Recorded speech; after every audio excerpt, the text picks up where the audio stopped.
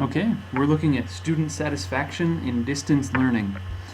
This chapter centers on the question, do students feel connected to the learning experience in distance learning? There are a number of studies throughout the chapter, and I boiled it down to the most interesting and relevant studies that I found. The first one is a meta-analysis of 25 different studies and a bunch of students looking at face-to-face learning and distance learning, and basically exploring the issue, are students more satisfied in face-to-face learning environments or distance learning? And the overall findings were that there's a slight preference for face-to-face learning over distance learning.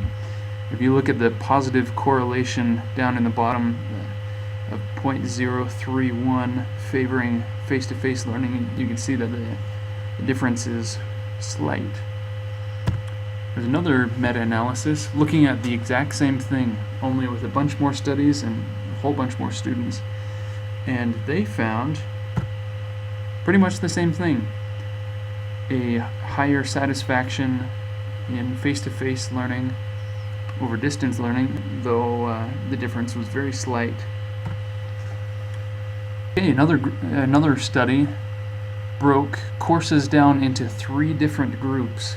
So Group A was a group of courses with a high level of interaction between the teacher and the students. So this is full, live, often real-time interactions and discourse among the teacher and the students.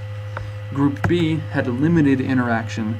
So there was some interaction there, but most of it wasn't real-time, and it was limited. And then Group C, there was no interaction between the teacher and the students. And the hypothesis of this study was that the higher the interaction, the higher the satisfaction among students. And however, the results were the exact opposite. So Group A, the one with the most interaction with the teacher and the students, brought the least student satisfaction. And then Group C, with no interaction, brought the highest satisfaction. And that makes me wonder why. Why is that?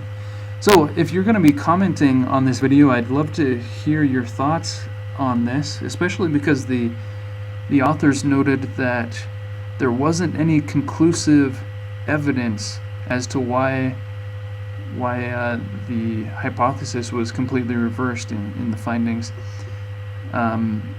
So I'd love to hear your thoughts on why that was.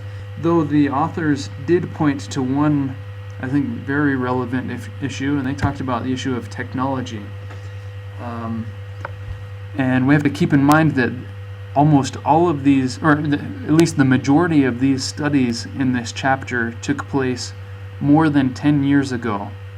And the authors said that, jumping back here to Group A, a potential reason why there was low satisfaction, at least lower satisfaction in Group A, is that the students may have gone into the course expecting a high fidelity, seamless interaction with their instructor, and due to technical issues, maybe they didn't have the right resources or the training, they didn't have that high fidelity experience that they were expecting, and so the students in Group A were more likely to be frustrated with their experience than those in Group C who didn't have any interaction with their professor and they weren't expecting any.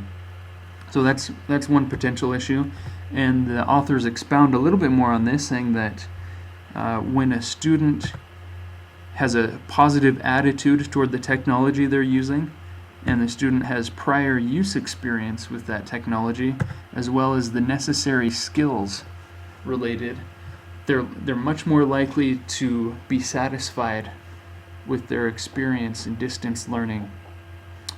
And that also may be relevant with the 2 meta-analyses at the beginning of this presentation, that maybe some people were less satisfied with distance learning because of these technological issues.